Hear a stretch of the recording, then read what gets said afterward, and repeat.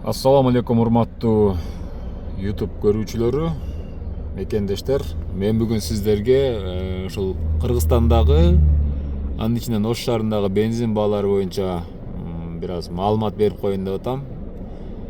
Өзүңүздөр көрүп тургандай, 95 маркадагы бензин 75 сом 30 тыйын, 92 драйв же болбосом кыскасы 92нин жакшысы 67 сом 20 тыйын, жөнөкөй 92 65 сом 70 тыйын, ал эми дизель отуну же болбосом солярка 74 сом 10 тыйын. 80 бензин бул жерде жок экен. Бул МПА май куюу бекети. Кийинки май куюу жайы Партнер нефть.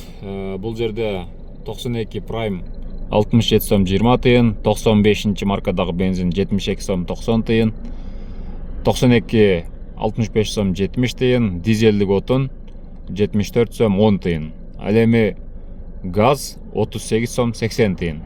Бул Партнер нефть, Кара Суу районундагы. Андан кийинки май куюучу бекет Россия май куюу бекети.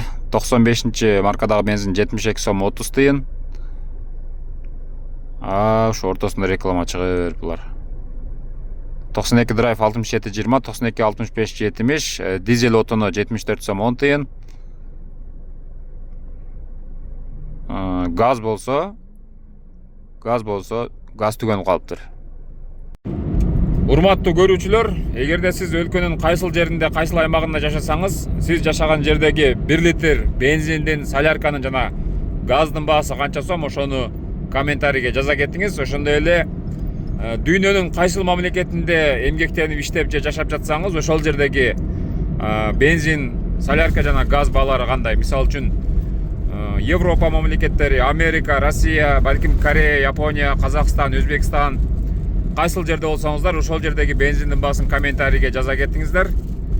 Мен кээ бир гана май куюу бекеттеринин бааларына айтып бердим, анткени көпчүлүгүндө мына көрүп турганыңыздардай кызыл сызыкка чыгып калганына байланыштуу баа жазылган таблолор.